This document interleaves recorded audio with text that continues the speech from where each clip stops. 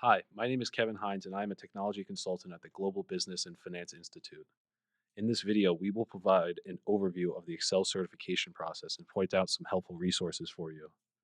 Before you get started, you want to make sure you have a local copy of Microsoft 365 installed on your computer.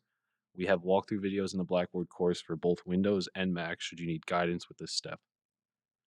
There are 3 steps to complete your Excel certification, and we will get into detail for each section in the course.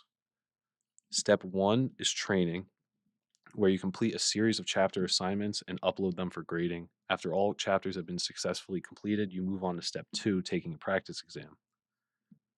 The practice exam in step 2 is similar to the actual exam, so it is a good preparation for the exam. In this step, you must complete the practice exam in testing mode, and you will see more on this in the step 2 instructions. You will only have access to step 2 after completing step 1. And finally, in step 3, you must pass the official Microsoft 365 apps Excel exam.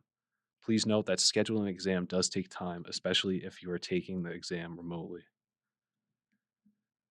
Some additional sections to point out: we have support channels and FAQs listed. This also lists ways to reach out to us during business hours, which includes phone, live chat, and other options. We have also recently added an AI chatbot to answer questions related to the program or Excel functionality only. Finally, some important notes: expect about 10 to 15 hours to completion.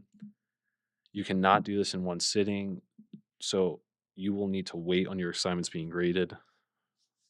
We find that when people do not finish the certification program, it's because they did not allot enough time to complete the program. You must complete the steps in order as they are. We do not alter the course for those with more or less Excel background. We hope this helps, and we will see you throughout the rest of this course.